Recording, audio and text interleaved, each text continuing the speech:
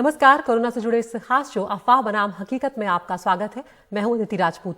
इस शो के जरिए हमारी कोशिश है कि कोरोना से जुड़ी नई नई जानकारियां आप तक पहुंचाई जाएं ताकि आप जागरूक रहें और इस बीमारी को फैलने से रोकें। कोरोना ने पिछले 2 सालों में हमारे जीवन को पूरी तरह से बदल कर रख दिया है। कई ऐसे मरीज जो ठीक भी हो चुके हैं, बावजूद उसके कई तरह की समस्याएं वो झेल रहे हैं। कुछ को ठीक होने में बहुत लंबा वक्त लग रहा है। ब्रिटेन में ऑक्सफोर्ड यूनिवर्सिटी के नेतृत्व में एक अध्ययन सामने आया है कि एस्ट्राजेनेका या फाइजर के टीकों की तुलना में कोविड-19 से न्यूरो संबंधी या ब्रेन संबंधी समस्या हो सकती है। एस्ट्राजेनेका या फाइजर के कोविड के टीकों से न्यूरो ब्रेन संबंधी मुश्किलों की खबरें भी सामने आई हैं, जो कहीं ना कहीं चिंता पैदा करती हैं। नेचर मेडिसिन पत्रिका में प्रकाशित स्टडी में पूरे इंग्लैंड में 3 करोड़ 20 लाख से ज्यादा लोगों के स्वास्थ्य का विश्लेषण किया गया। हालांकि राहत की बात यह भी है स्टडी में कि टीकों की तुलना में कोरोना से मस्तिष्क समस्याओं का ज्यादा जोखिम यहां पर बताया गया है। हमारे साथ जुड़ रहे हैं 2 खास मेहमान इस पर बातचीत करने के लिए। डॉक्टर पद्मा श्रीवास्तव है, हेड है न्यूरोलॉजी विभाग की एम्स अस्पताल से, और डॉक्टर राजीव आनंद होंगे हमारे साथ, सीनियर डायरेक्टर है न्यूरोलॉजी BLK मैक्स अस्पताल से। बहुत बहुत स्वागत है डॉक्टर आनंद आपका। यहाँ पर सबसे पहले आपसे डॉक्टर साहब यही जानना चाहूंगी कि ये स्टडी यूके में हुई है, ऑक्सफोर्ड यूनिवर्सिटी के नेतृत्व में हुई है और 3 करोड़ से ज्यादा लोगों पर अध्ययन की ये बात यहाँ पर कही जा रही है। आपसे समझना चाहेंगे डॉक्टर साहब सरल भाषा में कि वैक्सीन से ब्रेन संबंधी दिक्कत की बात को कैसे समझा जाए जो इसमें लिखा गया है, क्योंकि एस्ट्राजेनेका और फाइजर का नाम इस स्टडी में लिया गया है। कोरोना एक ऐसी बीमारी है जिसने इस धरती पर प्रत्येक व्यक्ति को प्रभावित किया है और प्रत्येक व्यक्ति के शरीर में जिसको कोरोना हुआ है उसके शरीर के हर अंग को इसने प्रभावित किया है। ये जानकारी हमें अब तक हो गई है। उसके बाद कोरोना से बचने के लिए जो वैक्सीन लगाई जा रही हैं, जिस स्टडी को आप कोट कर रहे हैं, एस्ट्राजेनेका, जो कि हमारे देश में कोविशील्ड के नाम से वो वैक्सीन लगाई जा रही है, और फाइजर की वैक्सीन जो RNA वैक्सीन है, उस वैक्सीन से दुष्प्रभाव देखे गए हैं। लेकिन ये एक बात हम सबको समझ लेने चाहिए, वैक्सीन किसी भी हालत में रिकमेंडेड है, चाहे उसके कुछ साइड इफेक्ट कुछ लोगों में देखे गए हैं, और पर्टिकुलरली कोविशील्ड से संबंधित ब्रेन क्लॉटिंग फीमेल पेशेंट्स में पहले आइडेंटिफाई की गई, लेकिन अब वो बाकी वैक्सीन में भी कुछ बहुत कम परसेंटेज को ये होता है। पर इसके विपरीत यदि आप देखें कि कोरोना होने पर कितने दुष्प्रभाव होते हैं, उनकी संख्या और उनकी परसेंटेज बहुत ज्यादा है। डॉक्टर राजीव आनंद, राहत की बात ये हो सकती है लेकिन कि वैक्सीन अब भी कारगर है और कोरोना से मौत की आशंका को वो कम करता है। हाँ, तो वैक्सीन और अक्सर तुलना ये की जा रही है कि वैक्सीन से होने वाले दुष्प्रभावों के बारे में लोगों को डरना नहीं चाहिए और उसका सेंसेशनलिज्म नहीं फैलाना चाहिए ताकि ज्यादा से ज्यादा लोग वैक्सीन लें। यदि हमारी कोरोना के खिलाफ हमारे पास एक ही लड़ाई है जो कारगर है, वो कारगर है कि ज्यादा से ज्यादा लोग किसी भी सोसाइटी में वैक्सीनेटेड हों। यदि हमारे ज्यादा से ज्यादा लोग वैक्सीनेटेड होंगे तो नए कोरोना के स्ट्रेन और नए कोरोना के इन्फेक्शन होने की संभावना कम हो जाती है, और यदि कोरोना होता भी है तो उसकी तीव्रता कम हो जाती है। यदि हम कोरोना और कोरोना से होने वाले दिमाग के ऊपर या पूरे शरीर के ऊपर साइड इफेक्ट की बात करें, तो हमने देखा कि कोरोना की बीमारी से पर्टिकुलरली हमारे देश में दिल्ली में लोग विटनेस हैं कि हमने अप्रैल मई में किस तरह लोगों को कोरोना से हारते हुए देखा है। और वो लड़ाई हम यदि नहीं लड़ना चाहते तो कोरोना वैक्सीन ही हमारा एकमात्र सहारा है। उससे दुष्प्रभाव हैं, आप जागरूक रहिए, आप अपने डॉक्टर के टच में रहिए।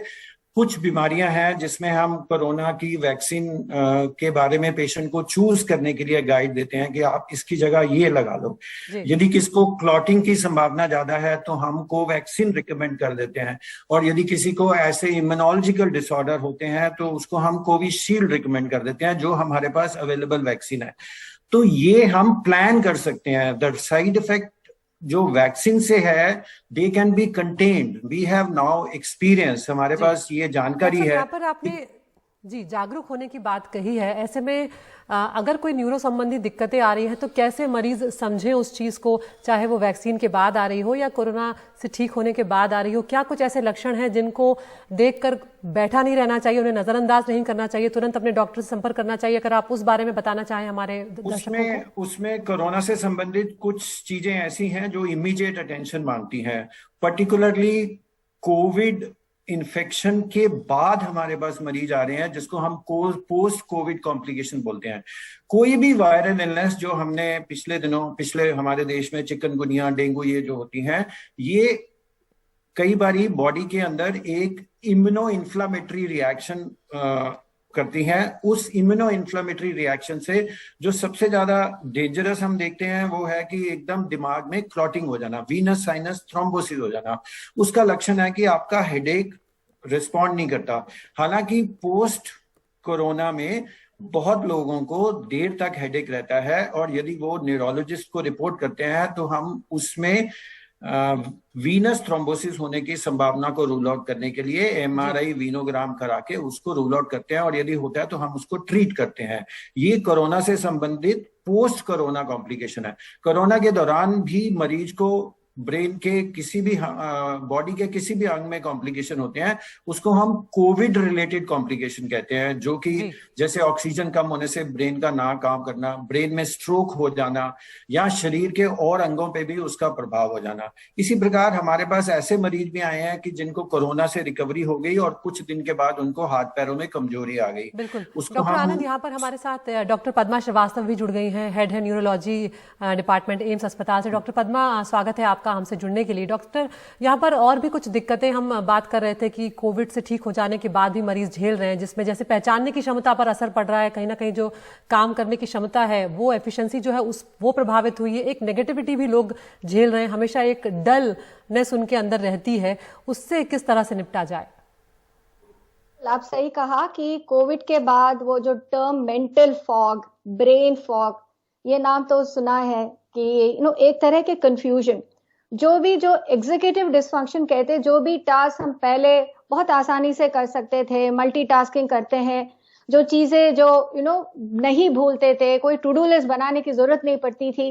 कोविड के बाद एक तरह के कि मेंटल हेल्थ के साथ साथ जो है एक क्लैरिटी नहीं रहा, बहुत सारे चीजें इकट्ठा जो पहले करते थे वो नहीं हो पा रहे, तो इसको मेंटल फॉग या ब्रेन फॉग करते हैं। एंड दिस इज बिकॉज कि कुछ जो लिटरेचर में भी आया, साइंटिफिक पब्लिकेशंस भी है कि कोरोना के वजह से कुछ एरियाज ब्रेन में इफेक्ट हो सकता है, और कई पब्लिकेशंस में कुछ एरिया श्रिंकेज भी पाया गया है, जो एमआरआई स्टडीज में दिया है। और कई तरह के रिसर्च अभी भी जारी है इसको अंडरस्टैंड करने के लिए, और इसको प्रिवेंट करने के लिए एक तो हमारे मेंटल हेल्थ बढ़िया रखना पड़ेगा, क्योंकि टेंशन, एंजाइटी, डिप्रेशन से भी ये हो जाता है जी।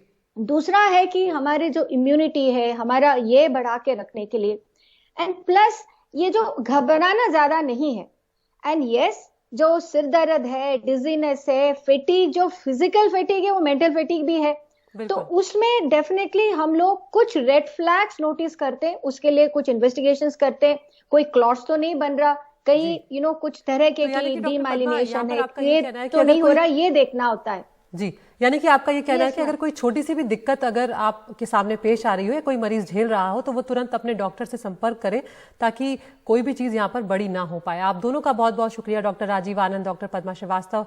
और एक छोटे से ब्रेक के लिए हम यहाँ पर रुक रहे हैं। ब्रेक के उस पार आपको बताएंगे कि कोवैक्सीन को एक बार फिर से WHO की अंतर्राष्ट्रीय मंजूरी नहीं मिल पाई है।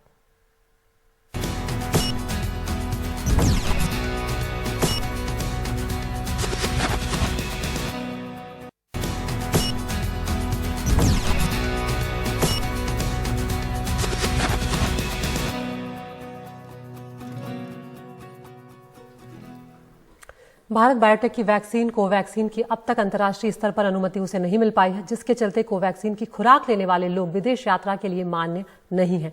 इस बैठक के दौरान टीके की आपात इस्तेमाल की मंजूरी नहीं दी गई है, बल्कि टीका निर्माता कंपनी भारत बायोटेक से अतिरिक्त डेटा साझा करने के लिए WHO ने कहा है। अब 3 नवंबर को होने वाली बैठक में इस पर फैसला हो सकता है। कोवैक्सीन ने कोरोना के मूल वेरिएंट के खिलाफ 77.8% और डेल्टा वेरिएंट के खिलाफ 65.2% प्रभावशीलता दिखाई है। और वहीं जून में कंपनी ने कहा था कि उसने तीसरे चरण के परीक्षणों से कोवैक्सीन के प्रभाव का अंतिम विश्लेषण कर लिया है। तो अब मंजूरी का इंतजार है, 3 नवंबर को हो सकता है इस बैठक में सकारात्मक खबरें आए। तो इस बुलेटिन में आज के लिए इतना ही, मुझे दीजिए इजाजत, नमस्कार।